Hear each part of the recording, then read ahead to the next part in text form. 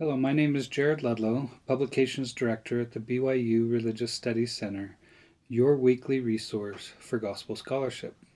And today we're going to talk about possible resources that can accompany your Come Follow Me reading for October 31st through November 6th from the book of Daniel.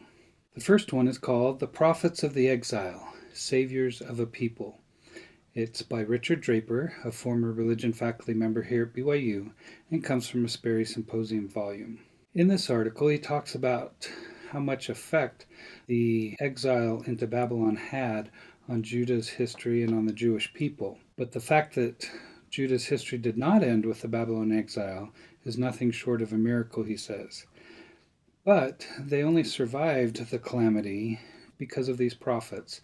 And they not only survived, but they were able to form a new and viable society built on the ruins of the old one. And so one of the aspects of this successful miracle that he points out is prophecy. Judah's prophets kept her faith from extinction and her culture from decay. They did this in part by reminding her of her unique relation to God and the mission he had assigned her.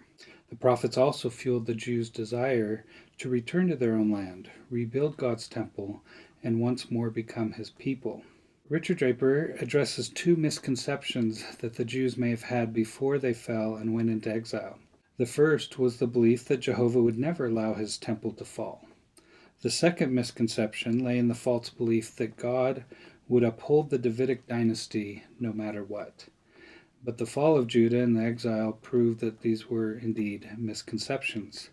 And so through the prophets, Judah became convinced that God's judgment had been righteous and well-deserved, and they understood why they ended up in the situation that they were. So their job now, the Israelites, was to repent, and then God would restore the covenant. So an important task of the prophets was to assure Judah that even in Babylon, Jehovah was with her. And they did this by reinforcing the idea that Jehovah governed and controlled the destiny of all nations, including Babylon. And so particularly for this week, as he addresses some of the writings of Daniel, that's particularly poignant and relevant. The second article is called The Restoration in the Lord's Plan.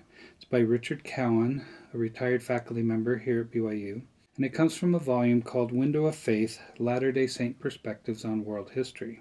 In this, he talks a little bit about the patterns in history, particularly of the teaching of the gospel, then eventual apostasy, then restoration, teaching the gospel, apostasy, restoration. So that cycle or that pattern that we see throughout history.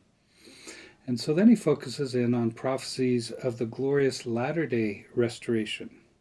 And in this, he turns particularly to the book of Daniel, and looks at Daniel's vision of a kingdom that will never be destroyed, a kingdom that would roll forth to fill the whole earth like a stone cut out of the mountain. And so he starts describing and relating restoration events that seem to fulfill aspects of Daniel's vision.